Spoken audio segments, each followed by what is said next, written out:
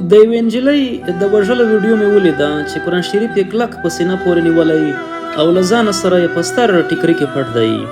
یو سړی ورځي قرآن شریف ترې را اخلي او د وژلو ځای ته یې ورمخکې کوي.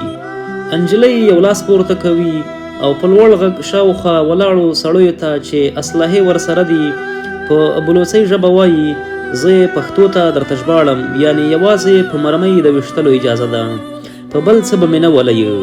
سړی ورته وایي چې راځه راځه وړاندې شه. نجلۍ پرته له کوم مقاومته یا ژړا او یا فریاد مخکې ځي او پر مرمیو د ویشتل کېدو انتظار کوي. له شا پرې ډزې کېږي او دا په څلورم ډز پر ځمکه غورځي. ډزې ډېرېږي او ځینې نور چغې وهي چې بس دی.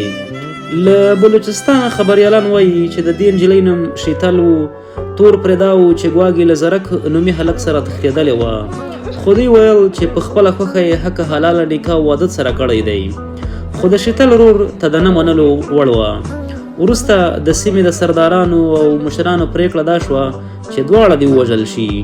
وایي زرک نومي هلک هم تړل شوی او پر ځمکه څملول شوی و او تر شیتل 2 متره اخوا وویشتل شو او له دې سره د زرک او شیتل روحونه سره یو ځای شول او په ګډه له دې نړۍ رخصت شول.